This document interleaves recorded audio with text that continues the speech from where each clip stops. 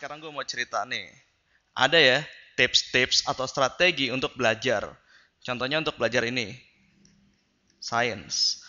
Ilmu sains itu sering disebut juga ilmu eksakta. Sebenarnya agak salah ya. Ilmu eksakta. Eksakta kesannya suatu yang pasti. Sebetulnya dalam sains itu apa ya? Terus berubah. Terus berubah. Jadi, kalau pada pengen belajar sains, kita harus berpikir untuk membuka pikiran untuk menerima hal-hal baru. Oke? Nah, sains di SMA itu kebagi menjadi ini kan ya, yang bisa kita pelajari. Fisika, ilmu tentang pergerakan benda-benda dan sesuatu yang tidak hidup. Kimia, gimana benda-benda itu berinteraksi dengan benda-benda lainnya. Yang terakhir adalah biologi. Nih, sedangkan tips untuk belajar fisika dan kimia mungkin ada. Nah, ini bukan bagian kali ini yang nggak dibahas hari ini ya. Fisika dan kimia. Sekarang kita coba deh tips-tips apa sih untuk belajar biologi. Nah, biologi sendiri itu nih, itu luas.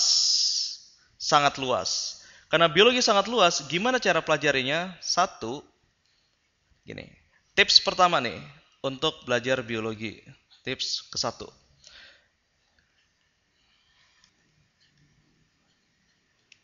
Yang pertama, coba baca.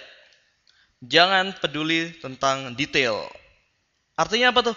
Jangan peduli tentang detail. Jadi gini, kalau kita pengen belajar sesuatu, kita harus kuasai secara generalnya dulu deh, secara gambaran umumnya dulu. Jadi misalnya gini deh, misalnya gini. Mau pergi dari daerah Senayan, Senayan ke arah ini, stasiun kota. Jadi, kalau instruksinya dikasih tuh detail, oh dari Senayan ini belok kiri ke arah Sudirman, dari Sudirman itu ambil jalan kiri, jalur kiri kalau naik motor. Terus dari kiri itu bawah jembatan Semanggi. Habis bawah jembatan Semanggi lurus terus sampai Istana Negara, Istana Negara bla bla bla bla bla bla. Akibatnya semuanya itu terlihat sulit. Tapi kalau misalnya gini, oh dari Senayan ya, mau Senayan ke arah stasiun kota. Jadi gini, Senayan sama stasiun kota, Senayan itu kan di daerah selatan. Misalnya nih, sedangkan stasiun kota itu daerah utara.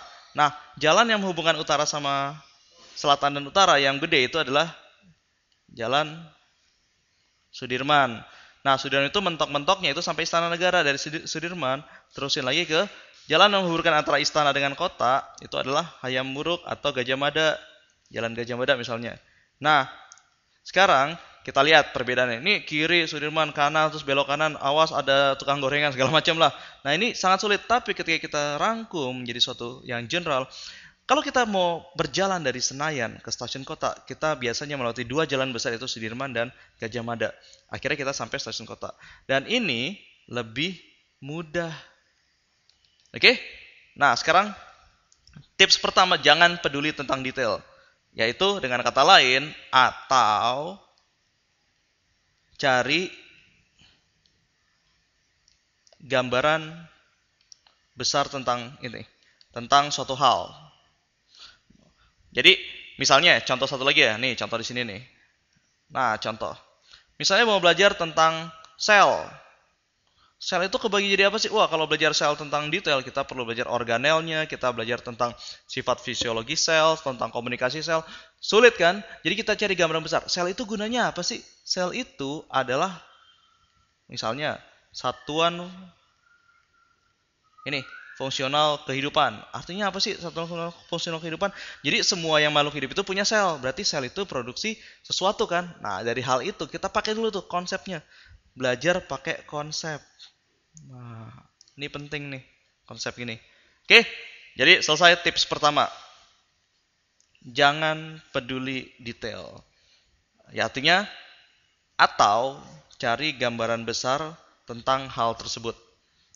Oke.